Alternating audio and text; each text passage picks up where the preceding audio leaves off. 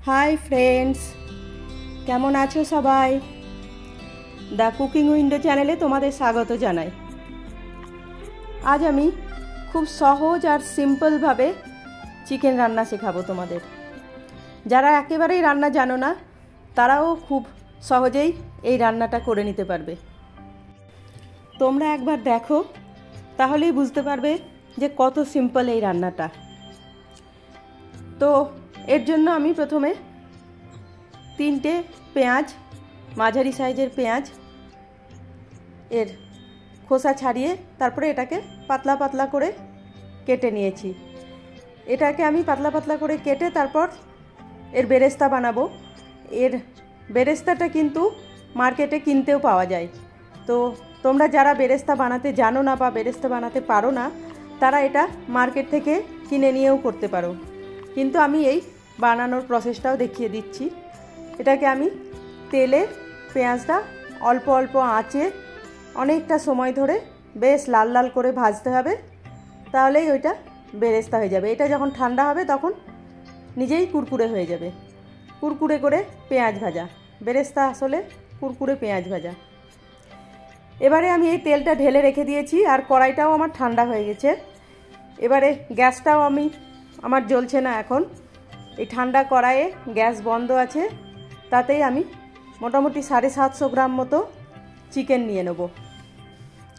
তারপর এর মধ্যে একটু আদা রসুনের পেস্ট 1 চামচ থেকে 1.5 চামচ আর লবণ পরিমাণ মতো হলুদ, একটু জিরে গুঁড়ো, লঙ্কা গুঁড়ো, ধনে গুঁড়ো আর যে তেলে আমি পেঁয়াজটা ভেজে রেখেছিলাম সেই তেলটা ঢেলে রেখেছিলাম সেই তেলটাও দিয়ে দেবো। আর যে পেঁয়াজটা ভেজে রেখেছিলাম বেরেস্তা বানিয়ে রেখেছিলাম সেই বেরেস্তাটাও দিয়ে দেবো। আর দেব 2 চামচ মতো টক দই। তারপর এটাকে আমি খুব ভালো করে মাখিয়ে নেব।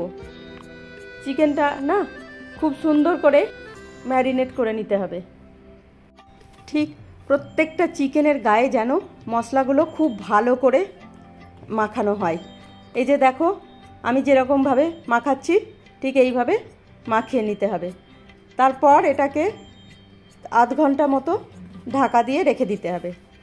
এটা এখন রেস্টে থাক, ততক্ষণে চলো আমরা একটা গ্রেভির মশলা করে নিই। এই যে দেখো 1 চামচ মতো বাদাম খোসা ছাড়ানো টুকরো করা, একটু নারকেল পাউডার, 1 চামচ পোস্ত আর 8-10টা কাজু, এগুলোকে আমি মিক্সিতে ঢেলে ভালো করে পেস্ট করে নেব। তারপর এটা আমি রেখে দেব। এবার আমার আধ ঘন্টা হয়ে গেছে, এখন আমি গ্যাসটা ধরিয়ে দেব। আর গ্যাসটা ধরিয়ে এখানে আমি একটা আলু কেটে দিয়ে দেবো। তোমরা যদি না চাও আলু তাহলে আলু না দিলেও হবে। আলুটা দিয়ে আমি ওটাকেও মাংসের সঙ্গে ভালো করে মাখিয়ে নেব। মাখিয়ে নিয়ে এটাকে এবার আমি ঢাকা দিয়ে দেব। বন্ধুরা, আমার এই রান্না যদি তোমাদের পছন্দ হয় তাহলে একটা লাইক কমেন্ট অবশ্যই করে দিও। আর যারা নতুন আমার চ্যানেলে এসেছো তাদের কাছে আমার রিকোয়েস্ট, আমার চ্যানেলটা সাবস্ক্রাইব করে পাশের বেল আইকনটা প্রেস করে দিও। এটা নিজেই হতে থাকবে। আর মাঝে মধ্যে একবার করে আমি ঢাকাটা খুলে নাড়িয়ে দেব, কারণ খেয়াল রাখতে হবে যেন তলায় বসে না যায়। বন্ধুরা, তোমরা যারা রোজ আমার রান্না দেখো, কমেন্ট করো, লাইক করো, তাদেরকে অসংখ্য ধন্যবাদ। তোমাদের এই লাইক কমেন্টের জন্যই আমি নতুন নতুন রেসিপি বানানোর উৎসাহ পাই। তোমরা এইভাবে আমার উৎসাহ বর্ধন করতে থাকো।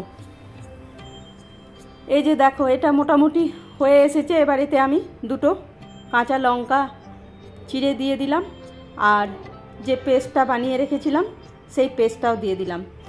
এই পেস্টটাও কিন্তু সম্পূর্ণ অপশনাল, তোমরা যদি না চাও তাহলে এই পেস্টটা না দিলেও হবে।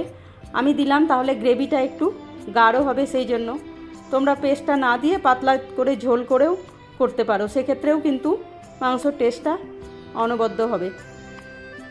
এই যে এবার দেখো এটা হয়ে এসেছে, আলুটা আর মাংসটাও সেদ্ধ হয়ে গেছে আর বেশ একটু মাখা মাখা হয়ে গেছে। এবার আমি ওপর থেকে একটু গোলমরিচ পাউডার ছড়িয়ে দেব আর একটু গরম মশলা, আর দেব অল্প একটু কসুরি মেথি ওপর থেকে, আর গার্নিশ করার জন্য একটু ধনেপাতা কুচিয়ে দিয়ে দেবো। ব্যাস, মাংস রেডি। দেখলে কত সিম্পল না, কিছুই করার দরকার নাই, গ্যাসে বসিয়ে দিলেই এটা নিজে নিজেই হয়ে গেল। এবার এটা গরম গরম ভাতের সঙ্গে কিংবা রুটির সঙ্গে পরিবেশন করো, খুব সুন্দর লাগবে খেতে। আজ তাহলে এই পর্যন্তই বন্ধুরা, কাল আবার দেখা হবে নতুন একটা রেসিপি নিয়ে। তোমরা সবাই ভালো থেকো আর কালকে আবার চলে এসো নতুন রেসিপির জন্য। বাই।